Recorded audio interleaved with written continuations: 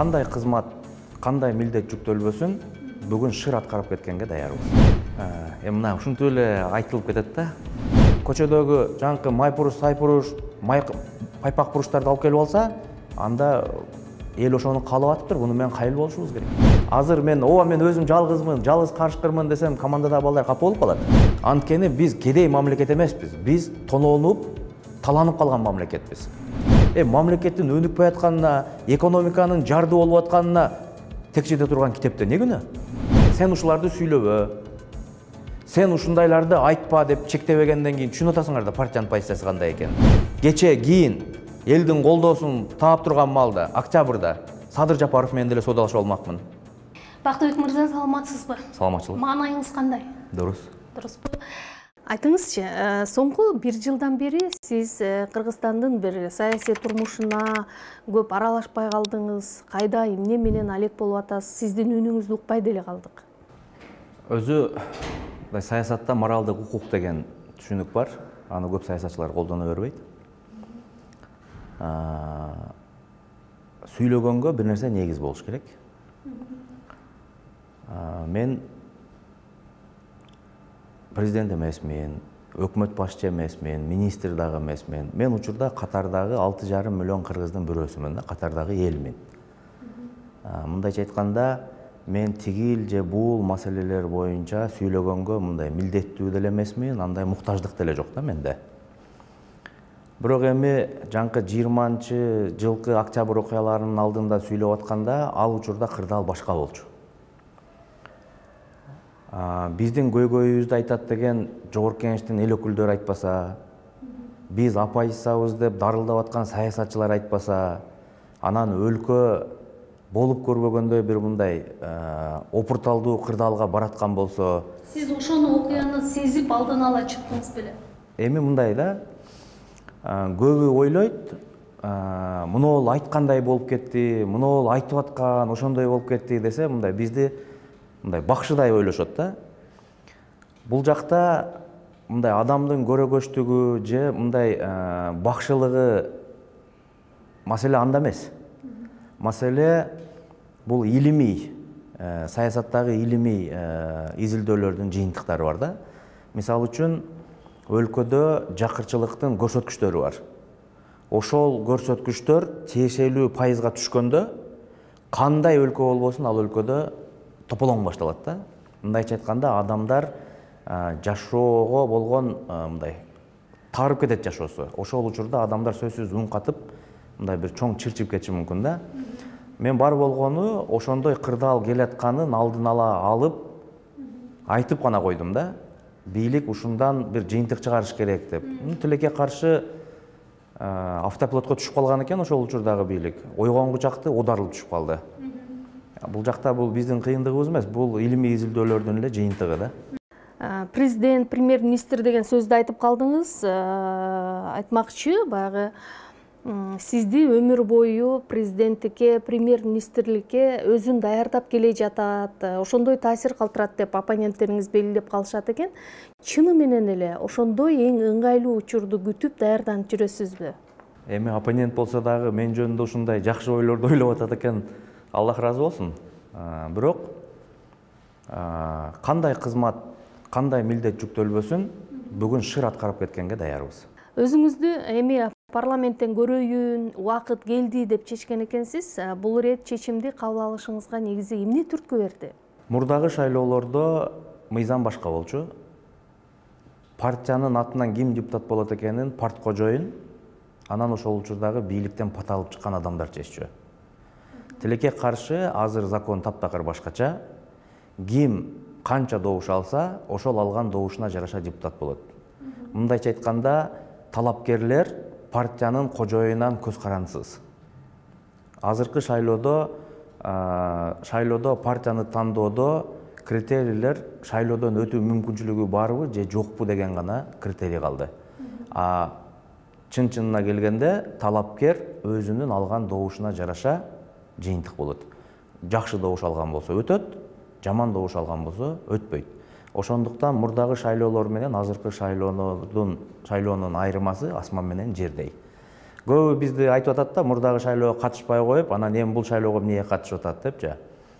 Анткени мурдагы шайлоодо сен добуш алдыңбы, албадыңбы, партиянын лидери чеччү.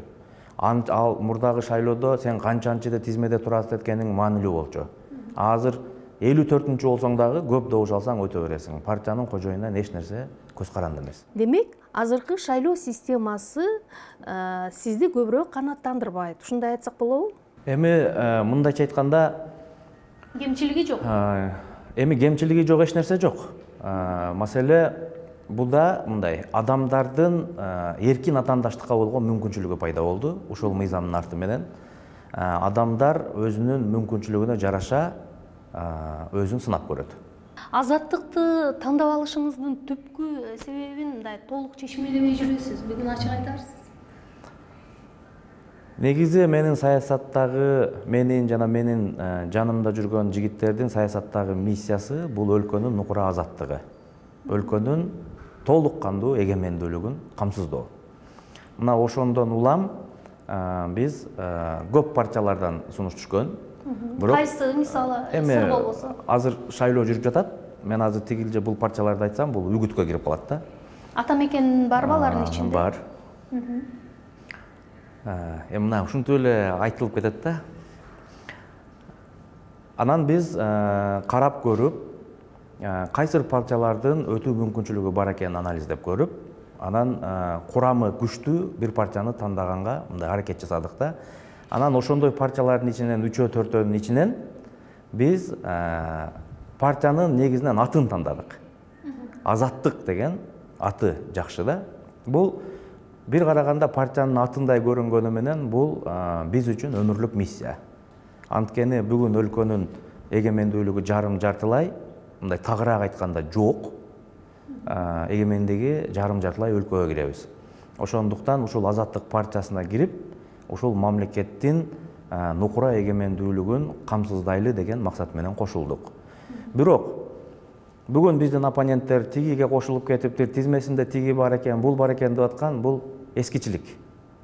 Бул жаңы законду жакшы түшүнбөгөндүк. Анан билип турса дагы билмемишке салып жөн эле каралуу. Анткени менин алган добушуман Азаттык партиясындагы тизмеде турган башка талапкер үчүн ысык суугу жок. Анын пайда зыяны дагы жок. Анткени жаңы законго ылайык Борбордук шайлоо комиссиясы ар бир талапкердин добушун өз-өзүнчө эсептейт. Менин алган добушуман биздин партиянын тизмесиндеги башка талапкер өтө албайт. Ошондуктан бүгүн биз партиянын лидерибиз, партияны биз түздүк деп аткандар өтпөй калышы да мүмкүн. Партиянын лидерлери эң акыркы орунда калып калышы да мүмкүн. Мен бул жактан эмнени айткым келет да? Бул жакта мына биз айтып атпайлыбы, жогорку кеңеш манкалар болуп калды деп мындай атын жаман кылып койбодукпу? Эми эң коркунучтуу бир учур келатат. Бул жогорку кеңеш деген Кыргызстандын мындай улуу жыйыны, же болбосо төрү деп койсок болот да. Мына ошолорду биз азыр манка деп айтып атабыз да. Мындайча айтканда, эгер ал биздин мамлекеттин, элдин жүзү болгон болсо, анан биз аларды манка десек, чындыгында ким манка деген суроо пайда болуп калып атпайбы? Аларды шайлаган адамдардын да жоопкерчилиги эске алыныш керек да. Ошондуктан азыркы шайлоодо эгер жогорку кеңешке кайра эле дагы ошондой адамдар барып кала турган болсо, бул эл үчүн аябай чоң сокку болот. Эл дагы алданса, дагы азгырылса, сатылып кетсе, анда жогорку кеңеш эмес, шайлоочулар манка экен деген сүрөт пайда болуп калышы мүмкүн да. Мына ошондон мен азыр бир аз чочуп турам. Бирок ошол эле учурда Азаттык партиясындагы башка саясатчылар менен сиздин симпатияңызды дал келишти, ошон үчүн ушул партияны тандап алды деп айтсак болобу? Анткени бирин-бири жактырбаган кишинин бир столдо отурушу дагы татаалыраак да. Же саясатта бул түшүнүк боло береби?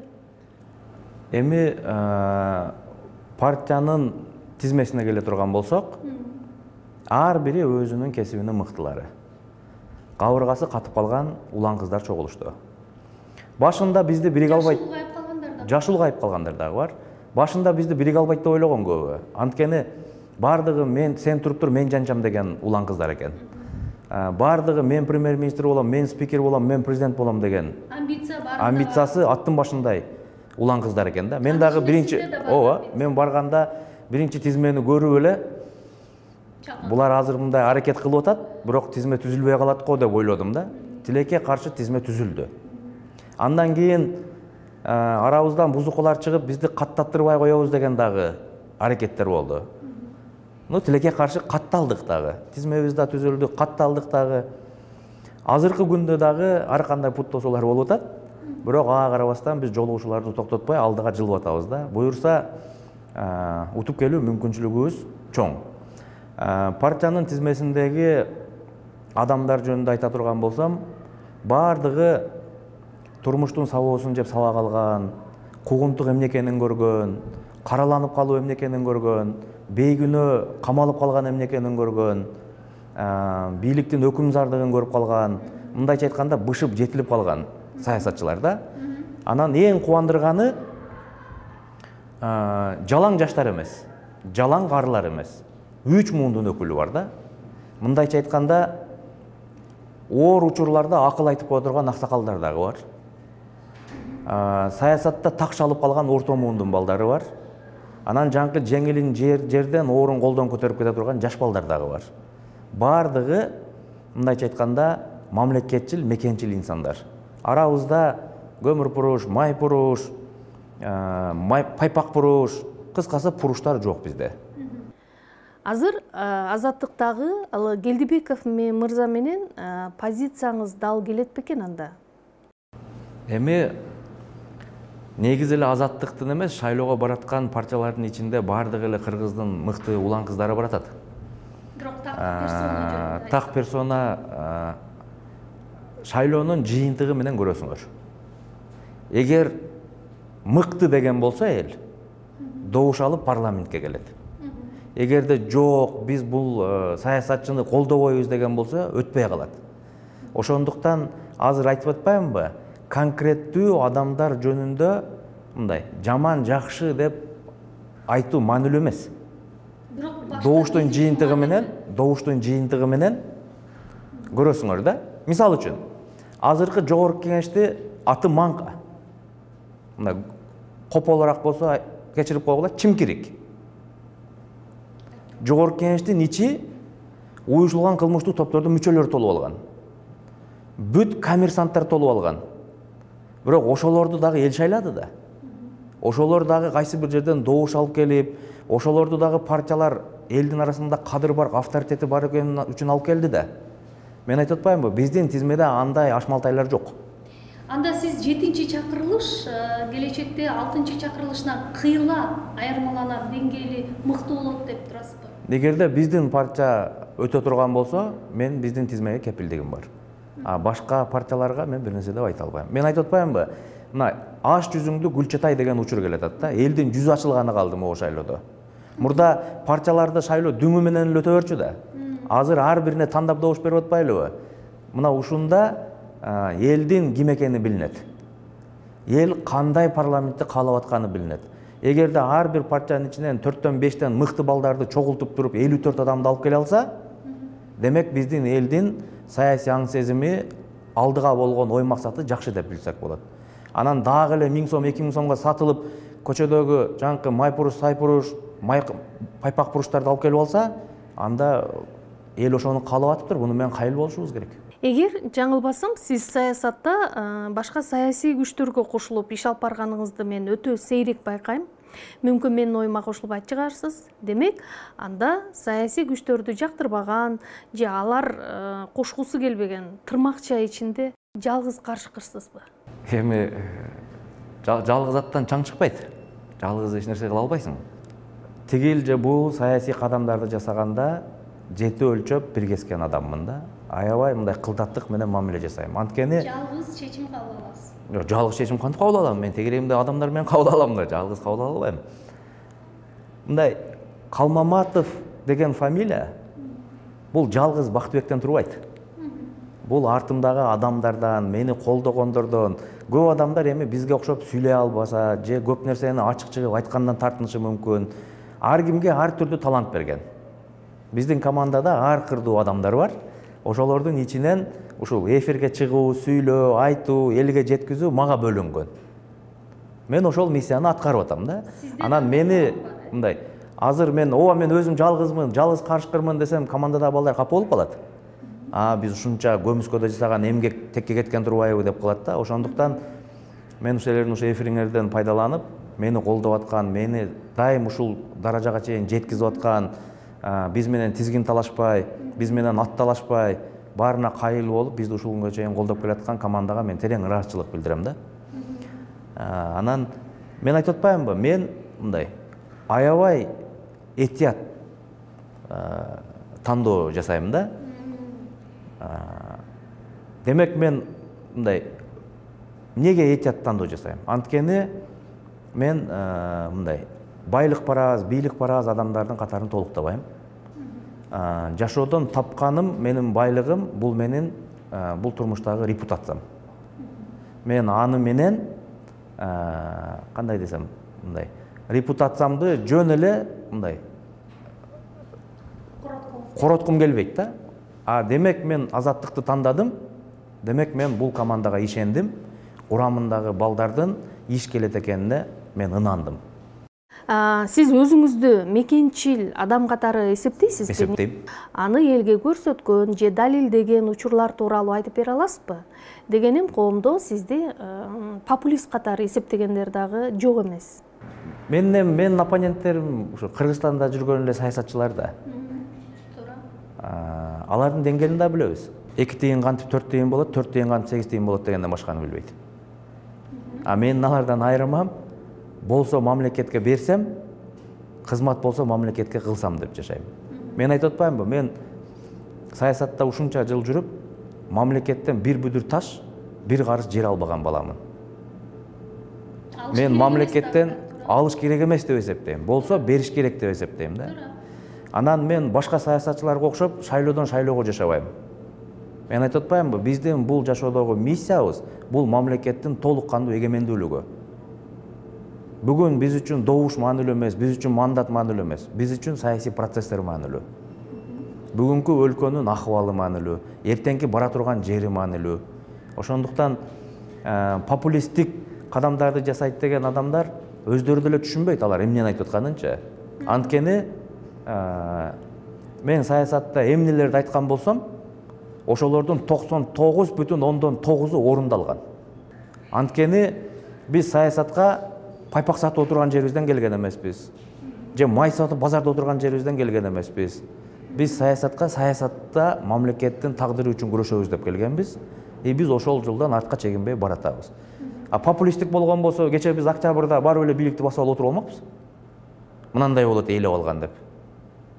Биз ошол учурдагы түндүк түштүк маселеси көтөрүлүп атканын көрүп, ошол учурда площадьта кан төгүлүп кетпесин алдын алып, отургубуз келип атса дагы амбициябызды тыйып, унчукпай бир жыл отуруп калбадыкпы? Сунуш болгон жокпу анда? Сунуш толтура болду. Бирок ал учурда бара турган учур эмес эле да. Андан кийин дагы болду. Азыркыга чейин болду. Азыркыга чейин болуп атат. Жок, азыркыга чейин бара турган учур болгон жок, ыңгайлуу Кантип барасың тетири кетип атса. Кыйратып беребиз деген бийлик элди свети жок калтырды. Көмүрү жок калтырды, тамагы жок калтырды. Айткан убадаларынын бири ишке ашкан жок. Онто ордунда отурат дагы эле. Бүгүн баштаганын эртең токтотот, бүгүн чыгарган эрежесин эртең жокко чыгарат. Анан кантип кошулуп, кантип анан ошолор менен кызматташам мен. Демек, сиз айтып жаткан жагдайлар бул экономикалык маселелер. Андай болсо, аны сиз кантип чечесиз? Сизде кандай рецепт бар? Мамлекеттин эгемендүүлүгүнүн негизги 3 көрсөткүчү бар. Анын биринчиси экономикага болгон көз карандысыздык. Эгер мамлекет 95%дан ашык сырттан ташып келип жеген эл болсок, бүгүн границалар жабылса, бир айдан кийин ачка кала турган мамлекетте жашап атсак, кандай экономикалык көз карандысыздыгы болушу мүмкүн? Биз буну пандемияда көргөнбүз. Дүйнө жүзү боюнча биринчи биз карыз сурап жөнөдүк. Өлүп калбасын деп бизге эле берди, башка эч кимге берген жок. Экинчиси, бул отун энергетикага болгон көз карандысыздык. Отун деген бул күйүүчү май, газ, көмүр, электр энергия. Бензинди 100% Россиядан сатып келип колдонобуз. Мына бүгүн Садыр Жапаров бийликке келген учурда бензин 34 сом болчу. Бүгін 63 сом. Экономикалық саботаж кетіп отабы? Эмне туруштук бере алды? Эмнеге біз Түркменстандан 25 сомға сатып албай атабыз? Эмнеге Қазақстандан 30 сомға сатып албай атабыз? Эмнеге біз 63 сомдан куюп атабыз деген суроо силерге деле мындай ойлондурабы? Анткени эгемендүүлүгү жок мамлекет. Өз алдынча чечим кабыл албаган мамлекет бул. Эгер экономикалык көз карандысыздык жок болсо, мына мен отун энергетиканы айтып атам. Бензинди бирөөдөн көз каранды болсок, газды Газпромдон көз каранды болсок, көмүрдүн үстүндө туруп Кыргызстан боюнча көмүр жок болуп атса, Казакстандан сатып келип алып жагып атсак, электр энергияга болгон көрүп атасыңар акыбалыбыз кандай? Мамлекет жылына 250 миллиард киловатт саат электр энергия өндүргөнгө мүмкүнчүлүгү бар. Бирок азыркы учурда 16 миллиард киловатт саат эле өндүрө алат. Эмнеге? Өндүрө албайт, иш жок. Мындайча айтканда, көрүп атасызбы, отун энергетикага болгон дагы көз карандысыздык жок бизде. Экономикага болгон көз карандысыздыгы жок болсо, отун энергетикага болгон көз карандысыздыгы жок болсо, ал мамлекеттин саясий көз карандуулугу болбойт. Демек, толук кандуу эгемендүүлүктүн 3 көрсөткүчүнөн жок болсо, анан мен кантип бул мамлекет эгемендүү мамлекет деп айтайын? Мен тигилерге окшоп алдай албайм элди. Элге ачыгын айтыш керек, башын айландырбай. Биз дагы 1-2 жылдан кийин акыбалыбыз мындан да оор болот деп эскертип коюшубуз керек. Эскертиш керек, бирок аракет кылыш керек. Аракет кылыш керек. Сиздер, мисалы, жеке сиз парламентке келсеңиз, бул маселени чечүүнүн кандай жолун, рецептин айтыңызчы? Буга мен айтып элатам. Бардык эле интервьюларымда айтып атам да. Мамлекетти башкарыш үчүн акча керек эмес. Мамлекетти башкарыш үчүн акыл керек. Анткени биз кедей мамлекет эмеспиз. Биз тонолунуп, таланып калган мамлекетпиз. Биз ошонун запкысын жеп атабыз да. Бизге бийликке акылдуу балдар жете албай атат. Анткени бийликке жетүү татаал болуп калды. Мисалы үчүн, жетүүнүн бир жолу шайлоодон утуп келишиң керек. Туурабы? Бирок шайлоодон өтүп келүү кыйын. Жылдан жылга шайлоо кымбаттап баратат. Мына биздин элдер айтып атпайбы? Бензин кымбаттап кетти, май кымбаттап кетти, ун кымбаттап кетти. Бирок ошол учурда эле эл өзү да кымбаттап кеткенин айтпай атат да. Илгери бир бөтөлкөгө добуш сатылчу. Азыр 3000 сомдон, 2000 сомдон ылдый добуш жок. Биздин эл арзандамайынча тамак аш арзандабайт. Анткени элге алып барып чача турган акчаны ал бир жерден урдап алып барыш керек да кийин. Элдин добушун сатып алган адам эртең элдин камын ойлойбу? Мамлекеттин эртеңин ойлойбу? Ал 5 жыл ошол акчаны чогултуу менен гана убара болот. Эми сиз менден сурап атасыз, кандай рецепти бар депчи. Бүгүн жаңы велосипед ойлоп таба турган учур эмес. Дүйнөнүн өнүгүп аткан толгон, токой, түркүн формалары бар. Бар велосипедтин бирөөнү тандап алып айдай турган учур. Биздикилер кандай кылып атат? Биздикилер бийликке отурганда эле конституцияны алмаштырат. Мамлекеттин өнүкпөй атканына, экономиканын жарды болуп атканына текчеде турган китепте не күнөө? Ал адамдын колу менен жазылган. Мына конституцияны да өзгөртүштү. Биз ушу конституцияны эле өзгөртүп атабыз, биз өнүкпөй атабыз деп өзгөртүштү. Эмне өзгөрдү? Кымбатчылыктан башка эч нерсе өзгөргөн жок. Экономикага болгон көз карандысыздык жоктугунан биз спекулянттардын баа саясатынын курмандыгы болуп атабыз. Биз сырттан келген товарлардын баасын биз пич албай, алар пичип коюп атат. Биз мына 30 жыл конституциядан конституция алмаштырган менен эле барабыз. Биздин улуттук экономиканы ким ойлонот? Экономикалык көз карандысыздыкка жетиштин бир эле жолу бар. Атамекендик өндүрүштү көтөрүш керек. Улуттук экономиканы түптөш керек. Аны кантип түптөйсүң эгерде сен атамекендик өндүрүштү эмес, чет мамлекеттен келген товарды колдоп атсаң? Мына Акылбек Жапаров кече эле айтты. Таможенный союздан эмеден деди, таможнядан дейт, бажыдан дейт, биз кирешени дейт, дагы көтөрөбүз дейт. Бул жеткен келе солукта. Таможня деген бул киреше таба турган ишкана эмес. Бул сырттан келген товарларга пошлинаны көтөрүп, атамекендик өндүрүштү коргоп кала турган. Ошолордун баа саясатындагы эркин атаандаштыкты чектеп кала турган кызмат. Биздикилер атамекендик өндүрүштү коргоп кала турган кызматты акча жасайбыз деп атпайбы? Бул деген сөз Тамыжнадан biz кирешени көбөйтөбүз деген эмне деген сөз? Biz атамекендик өндүрүштү биротоло талкалап, сырттан ташылып келген товарлардын көлөмүн көбөйтөбүз деген сөз. Булар мамлекеттин эгемендүүлүгүнө чыккынчы саясат жүргүзүп атпайбы? Мен эмнеге атамекендик өндүрүштү айтып атам? Атамекендик өндүрүш бул бир эле экономика эмес. Бул жумушчу орун. 1 миллиондон ашык мигрант талаада жүрөт. Бардыгы эле мигранттарды алып келиш керек, мигранттарды антыш керек, мигранттарды тыйынтыш керек дейт. Мигранттарды алып келерден мурда биринчи атамекендик өндүрүшкө шарт түзүп койбойлубу? Ошолорду ар түрдүү салыктардан, ар түрдүү жеңилдиктерди берип, колу бутун чечип койбойлубу? Ушул Кыргызстандын ичинде өндүргөнгө мүмкүнчүлүгү бар товарларды тыштан ташып келгенге тыюу салып койбойлубу биринчи? Биз өзүбүз көмүрдүн үстүндө туруп Казакстандан көмүр сатып алабыз уялбай. Нарындын эли ачка отурат, а биз казактардан 4 миллиард сомго көмүр сатып алган атабыз. Нарын эмне, бүтөн элби? Ошол акчаны мамлекеттин ичинде сактап калсак болбойбу беле?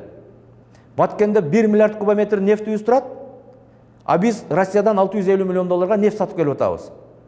Өзүбүздүн мегакомубуз турат, Билайн менен Ошканы көтөрүп, мамлекеттен 150 миллион долларды чыгарып жүрүп атабыз. Суу май, тамак аш, кийген, ичкен, баскан турганыбыз бардык чет мамлекеттик болуп калды. Ал биздин мамлекетте өндүрсө боло турган товарлар. А бирок ошону өндүрөйүн деген бирөө барбы? Анткени өкмөткө өзү сырттан бир нерсе ташып келип путуна тургандар өкмөт башчы болуп калып атпайбы? Же Акылбек Жапаровдун эмне бизнеси бар экенин билбейсиңерби? Шоколад ташышат сырттан. Ошону эмне бизден өнбөйт дейсиңерби? Өнөт бизден деле. Биз ички потенциалы дүйнөдө көп мамлекеттерден жогору турган мамлекетпиз. Биздин суубуз эле эмне деген чоң байлык. Дүйнө жүзүндө ичкенге болгон, ичсе боло турган суулардын көлөмү, жалпы суунун 1% ичсе болот. Кыргызстанда арыкка жата калып иче берсең боло турган суу. А биз эмнеге анда ас суу деп Казакстандын суусун ичебиз? Магазиндерге кирип көрбөйсүңөрбү? Бүт чет мамлекеттин сууларын ичип атышат, өзүбүздүн сууну ичпей. Анткени шарт түзүлгөн эмес. Баса калабыз. Мамлекеттик ишканага алыбыз жеткен үчүн биз налогунан, ар башка жеринен кысып баса калып, биз атамекендик өндүрүштү иштетпей атабыз. Эми бүгүн жаңы келген бийлик эмне деп атат? 400 миллиардка дейт, бюджетти көтөрөбүз дейт. Кантип десе дейт, кедейлерге башка салык болот дейт, байларга башка салык болот дейт. Байлар бул ким? Байлар бул жеке ишкерлер. Бул атамекендик өндүрүшчүлөр. Бүгүн ошолордун да салыгын көтөрсөк, өздөрү араң пандемиядан жаңы чыкты. Эми аларды да бир жолу өлтүрөлү дегенде отура берели чет мамлекеттен ташып келип. Жасайын деген адамга. Бул 5 мүнөттөн ашык эмес убакыт, 2 граммдан ашык эмес сыя кете турган жумуш. Мисал үчүн. Мына биз жылына Бишкек ТЭЦке 1 миллион 200 миң тонна көмүр коротобуз. Өкмөт чыңкынчылык саясат жүргүзүп, жылда Казакстандан сатып алат. Быйыл тести дагы бир казак фирмага берген атышат. Өзүбүздүн кара кечеде көмүр турат. Эмнеге ошого өкмөт азыр бир шапалактай баракат токтом чыгарып туруп, Бишкек ТЭЦ мындан кийин көмүрдү 1 миллион 200 миң тоннаны кара кечеден аласыңар деп кол коюп туруп печать басып кое албайт? Буга чейин мындай болуп келген да. Буга чейин мындай бирок камсыз кыла алган жок да, кудурети жеткен жок кара кече. Жок, жетет. Казалган жок деген. Казалат дагы, жетет дагы. Бирок мунондой бийликтин тушунда бечел болуп тура бересиңер. Жайы менен көмүрдү даярдап койгон адамдардан эмнени үмүт кылайын деп атасыңар дагы? Кыш келгенде эмнени? Саясатты, шайлоону күтүп отурушту. Мына элге көмүрдү бербей отуруп, мына бүгүн көмүрдүн баасын түшүрүштү. Өздөрүн пиарт этишип. Сен саясатыңды элди аралаштырбай эле кыла бер. Сөзсүз сенин авторитетиң көтөрүлүш үчүн эл мукураш керекпи? Эл жалдыраш керекпи? Сенин партияларың добуш алыш үчүн сөзсүз сага көмүр муктаж болуп жалдырап келиш керек алдыңа. Жөн эле берсең болбойбу? Кыргызстанда көмүр чыкпаган район жок. 44 райондун баарынан, мына Бишкекте эле кошпосоң, башка райондордун баарынан көмүр чыгат. А эмнеге биз жылына 4 миллиардка чет мамлекеттен көмүр сатып алышыбыз керек? Мына элементарный эле нерсе экен, кагаз эле кетет экен. Жөн эле бир кагазга жазасың, кол коюп коесуң. Азыр эми эфирди көрүп аткан бирөөлөр, эми бул жөн эле айтып койду да деши мүмкүн да. Мен буну жасап көргөн адаммын. Мен жогорку кеңешке жаңы депутат болуп келгенимде 26 жашымда келдим. энергетика министри келип калды. Мен сурадым Аскар Шадиевден. Силер канча көмүр аласыңар Кыргызстандан? Жок, Бишкек ТЭЦке канча көмүр коротосуңар дедим. Десем 1 миллион 200 000 тонна коротобуз деди. Жакшы экен, канчасын мамлекеттен аласыңар дедим. 1 килограмм албайбыз деди. Анан биз Ахматбек Келдибекович ошол маалда төрага болчу, экөөбүз отуруп алып токтом жаздык. Каалайсыңбы, каалабайсыңбы, жагабы, жакпайбы, Кыргызстандын ичинен 400 000 тонна көмүр аласың деп. Жогорку Кеңештен добушка койдук, жарым сааттын ичинде токтомду өткөрдүк, төраганын печатын бастык, өкмөттүн колуна карматтык, өкмөт эртеси күндөн баштап Кара Кечеден көмүр ала баштады. Көмүр мафиясы бар экенин баарыбыз билебиз. Ким камалды? Ушул көмүр мафиясы боюнча, ошол топ базалардагы ошол коррупциялык иштерди кылган боюнча ким камалды? Эч ким. Айттыңбы, акырына чыгар да. Ал жерде бир эле кыргыз көмүр жетекчиси эмес ал жерде. Бул схемалар бар да бул жакта, коррупциялык схемалар бар. Туурабы? Азыр биз эмне кылдык? Бирөөнөн алдык дагы ушул көмүрдү ташып келип, Бишкек ТЭЦке ташып келип жүргөн компания бар болчу. Биз андан алдык. Мына Абировда Бишкек шаарында, Бишкек шаардык кеңештин төрагасы болуп жүрдү. Ошонун атасы ташычу. Андан алдык, эми башка казак бир компанияга берип атабыз. Ошончо алдың, алгандан кийин Кара Кече берип койсоң болбойбу? Раз ошол акча мамлекеттин ичинде калсын деп да. Бул бир. Экинчиси, топурак ташылган, копурак аралашылган, көмүр жагылган үчүн түтөп атыптыр деди. Кара Кечеге барып топурак жогун алып келип жага бербейсиң мында. Эмнеге жакпайсыңар? Мына Бишкек ТЭЦ курулуп атканда, Жогорку Кеңешке келгенде бардык депутаттар сураган. Ушул мештер Кыргызстандын көмүрүн жакканга ылайык эмес экен. Силер Кыргызстандын көмүрүн жакканга ылайык меш койсоңор колдоп берели дегенде 100% Кыргызстандын ичинде өндүрүлгөн көмүрлөрдү жакканга ылайык меш койдук деген. Азыр эми биз кимди алдайлы деп атабыз?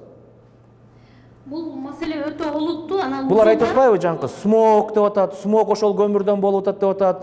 Анан ошол мештер туура келбейт деп атпайбы? Бул жалган, 100% жалган.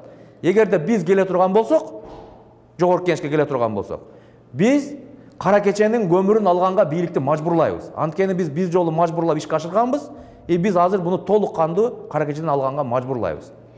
Көп нерсени өзгөртүш үчүн жаңы мындай мыкты балдар келиш керек деп атасыз, бийликке. Көз карашы жаңы. Туура.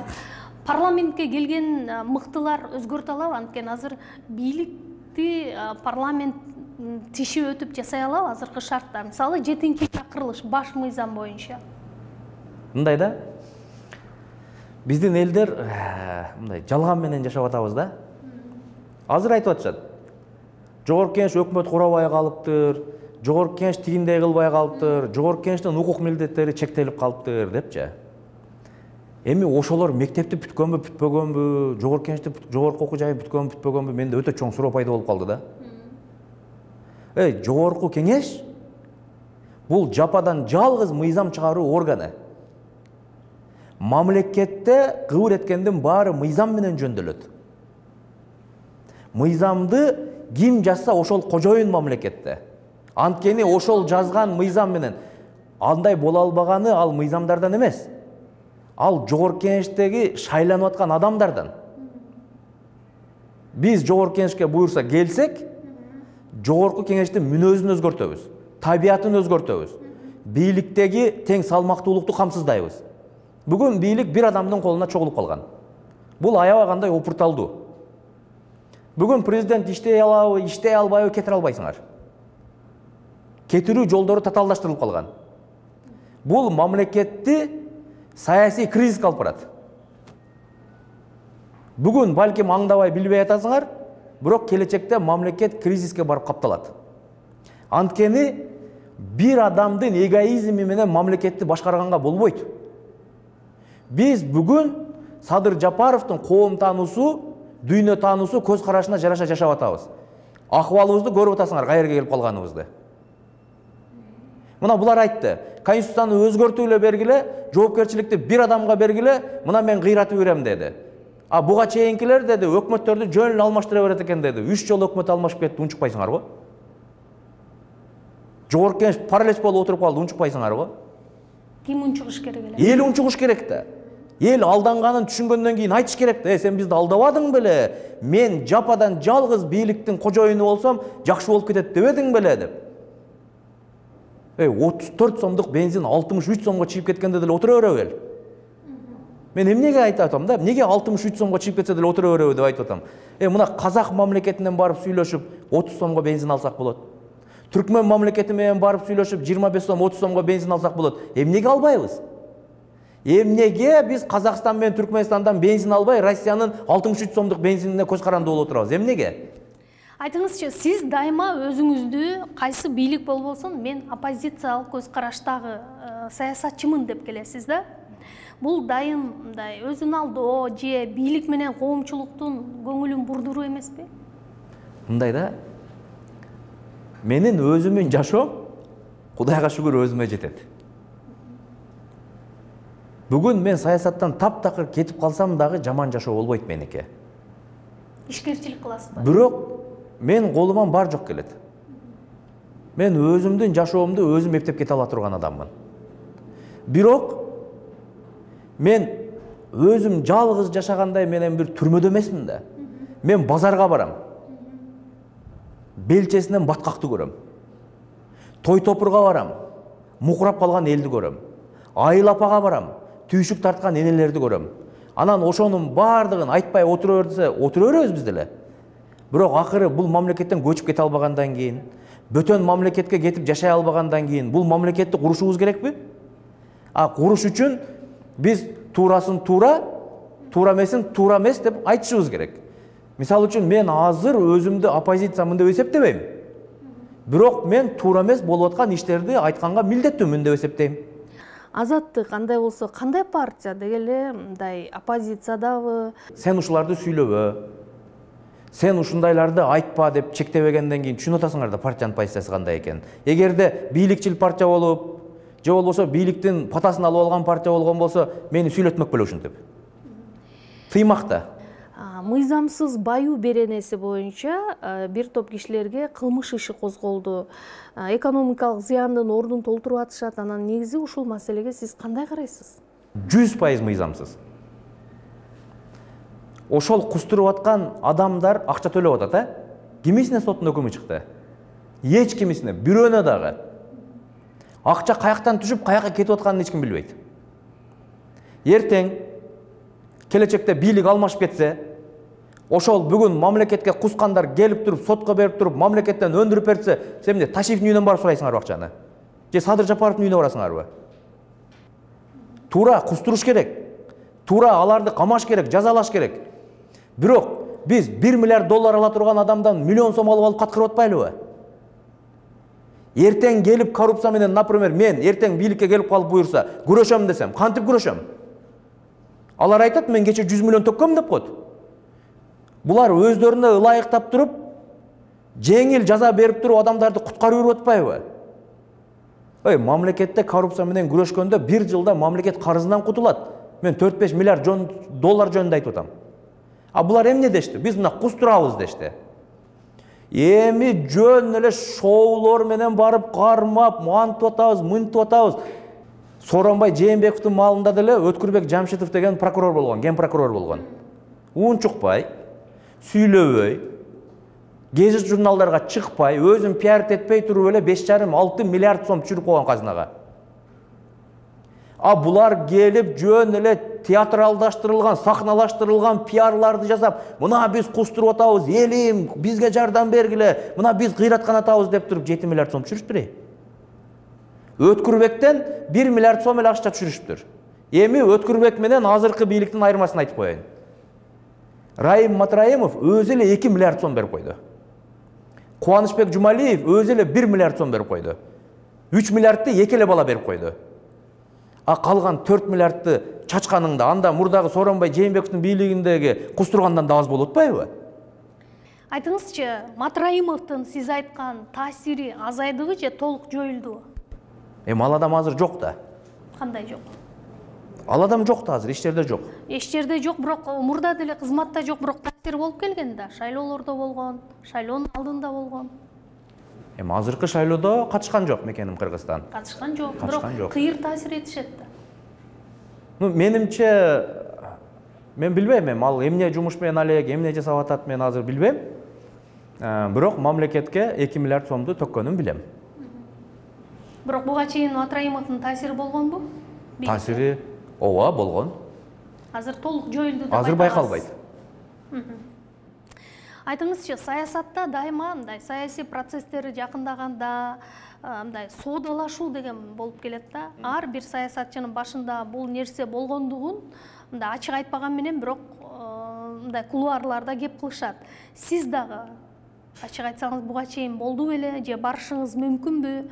Эгер барбасаңыз андай азгырыктардан кантип карманасыз? Биз бараткан жол соодага кое турган жол эмес. Мамлекеттин азаттыгы, эгемендүүлүгү бул кызматка же акчага, байлыкка алмаштырып бере турган жол эмес. Эгерде мен соодалассам, ошол Каракулжалык акем, мен Каракулжадан болом. Менин уруум Тасма, Сооронбай Шариповичтердин уруусу Теңизбай. Биз мындайча Тасма Теңизбай бир тууган деп коет Каракулжада. Мен ошол акем менен эле соодалашып алмакмын. Кече кийин элдин колдоосун таап турган маалда, октябрда Садыр Жапаров менен деле соодалашып алмакмын. Мен айтып атпаймынбы? Мен бийликтен, байлыктан рахат албаган адаммын. Ушул элдин турмушу жакшы болсо, элдин жашоосу бакубат болсо, ошон үчүн саясатта жүргөн адамдардын биримин. Бактыбек мырза, сиз учурунда азыркы президент Садыр Жапаровду саясий туткун катары баалап, анын абактан бошотулушу керектигин айтып жүрдүңүз. Мына азыр бийлик алмашканы дагы бир топ жарандар, жаш саясатчылар абакта отурат. Деги эле алар боюнча позицияңыз кандай?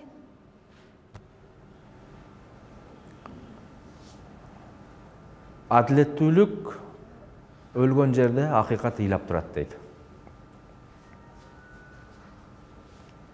Ушу Жеңиш Молдохматовду, Курсан Тасановдорду бийликти басып алдың деп камап коюшту да. Бийликти басып алгандар мамлекет башкарып атат, алар камалган жок. Бирок Садыр Жапаровдор айтып атат: биз бийликти басып алган жокпуз, биз жогорку кеңеш аркылуу шайландык деп. Биз билебиз жогорку кеңеш депутаттарын кантип топтоп, кантип добуш чогултушкандарын. Сооронбай Жээнбеков мен чарчап калдым, кете турайынчы деп берген эмес. Азыркы бийлик 5-октябрда төңкөрүштөн кийин келген бийлик. Эгерде кимдир бирөөнү басып алды деп айыпташ керек болгон болсо, анда өздөрү кошо барып түрмөгө отуруш керек болот анда. Бул адилеттүүлүгүн айтып атам мен.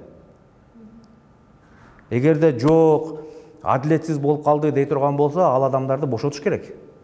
Аларга жагабы, жакпайбы, мен ушу кыргыз элине кайрылат элем да. Урматтуу кыргызстандыктар,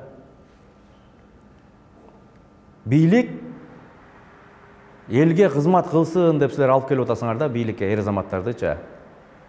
Бирок адамдар бийликке келгенден кийин силер берген бийликти силердин бакубат турмушуңар үчүн эмес, жеке өч алуулар үчүн колдонуп коюп атат. Мындайга силер жол бербешиңер керек. Анткени бийликтин ээси эл деп коет, силерсиңер. Ошондуктан азыркы куугунтукталып түрмөдө жаткан балдардын боштондугун талап кылышыбыз ар бирибиздин милдетибиз. Мен буга чейин бир да жолу айткан эмесмин булар жөнүндө. Анткени менен сураган эмес эч кимчи. Мына азыр сурап атасыңар, мен айтып атам да. Басып алды деп бирөөгө күнөө коюш үчүн анда өзүң барып кошо түрмөгө отурушуң керек. Анда бизди да камаш керек. Ошол учурда биз дагы бийликке сын айтканбыз.